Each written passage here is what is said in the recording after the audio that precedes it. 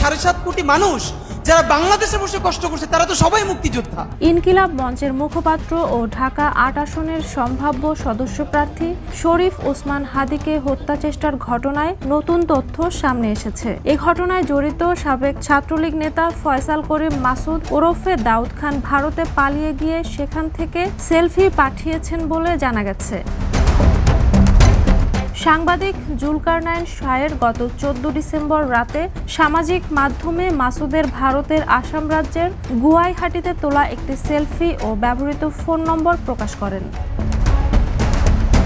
বিশেষ গোয়েন্দা সূত্র জানায়, মাসুদ ও তার সহযোগী মোটরসাইকেল চালক আলমগীর হোসেন ময়মনসিংহের হালুয়াঘাট সীমান্ত দিয়ে ভারতে প্রবেশ করেন। পরে জাহাঙ্গীর কবির নানকের ব্যক্তিগত সহকারী মোহাম্মদ মাসুদুর রহমান বিপ্লবের মাধ্যমে একটি ভারতীয় নম্বর সংগ্রহ করে মাসুদ। সেই নম্বর ব্যবহার করেই তিনি পরিচিত কয়েকজনকে সেলফি পাঠান।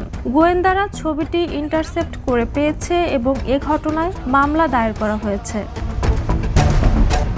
উল্লেখ্য যে গত 12 ডিসেম্বর জুমার নামাজের পর পুরানো পল্টনের বক্স কালভার্ট রোডে চলন্ত রিকশায় থাকা ওসমান হাদীর মাথায় গুলি করা হয়। এ ঘটনায় এখন পর্যন্ত 6 জনকে গ্রেপ্তার করা হয়েছে। গ্রেপ্তারকৃতদের মধ্যে হামলায় ব্যবহৃত মোটরসাইকেল মালিক, মানব পাচারে জড়িত 2 সহযোগী, সন্দেহভাজন শুটার মাসুদের স্ত্রী, শ্যালক ও বান্ধবী রয়েছেন। পলাতকদের সহযোগী ও পালানোর নেটওয়ার্ক চিহ্নিত করতে তদন্ত অব্যাহত রয়েছে।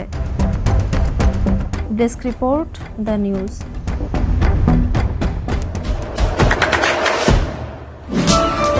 দেশে দেশে সবার সাথে দ্য নিউজ।